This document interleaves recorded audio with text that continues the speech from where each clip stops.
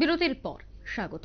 বর্তমানে বিশ্ব উষ্ণায়নের যুগে বৃক্ষরোপণ সবথেকে বেশি গুরুত্বপূর্ণ, এমনটাই দাবি করছেন পরিবেশবিদরা। তাই ইতিমধ্যেই বিভিন্ন জায়গায় বৃক্ষরোপণ কর্মসূচির আয়োজন করা হচ্ছে। বিভিন্ন ক্লাব, বিভিন্ন সংস্থা, এমনকি মন্দির, বিভিন্ন প্রতিষ্ঠান এবার বৃক্ষরোপণ কর্মসূচিতে এগিয়ে এসেছে।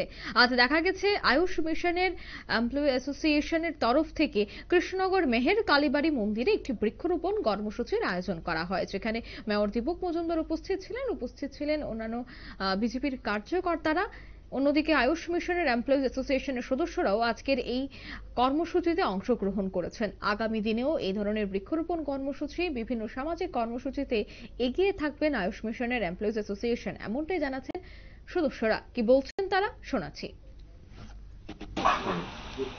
আয়ুষ মিশন এবং আমাদের সদর ডিস্ট্রিক্টের আইটিসিএলের যৌথ উদ্যোগে বৃক্ষরোপণ অনুষ্ঠান, এখানে আমাদের মধ্যে আমাদের মাননীয় কর্পোরেটর বার্ষিক বর্মা সহ বিভিন্ন নেতৃবৃন্দ, এই এলাকার যারা গুরুজনেরা সজ্জনেরা আছেন এবং আয়ুষের যিনি সেক্রেটারি উনি আছেন। সার্বিকভাবে আমাদের আইটিসিএলের যে কনভেনার মন্তব্যনী, ওনার উদ্যোগেই আজকের এই অনুষ্ঠান।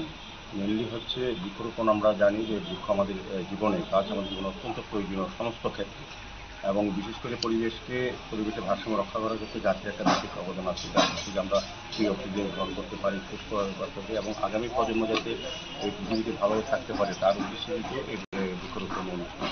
তো আমি সার্বিকভাবে আয়ুষ মিশন এবং বিশেষ করে সদর জেলার যে আইটি সেল এবং তাদের কনভেনার, তাকে ধন্যবাদ জানাই, এবং কর্পোরেটর যে বিষয়টি গ্রহণ করছেন। আমাদের এখানে রাজ্য কমিটির সম্পাদক সরকারও আছেন, অন্যান্য নেতৃবৃন্দরা আছেন। আমার বিশ্বাস এবং আমাদের সরকার যেভাবে সারা দেশে সারা রাজ্যে বৃক্ষরোপণ করার চেষ্টা করা হচ্ছে, মানে সচেতন তৈরি করার সারা দেশে, আমাদের শহরও আমরা চাইছি আগরতলা শহরকে সবুজ থাকার ক্ষেত্রে এবং মানুষকে সুস্থভাবে বাঁচার যে প্রয়োজন, সেটার জন্য আমরা গাছ রোপণ করতে দিয়েছি।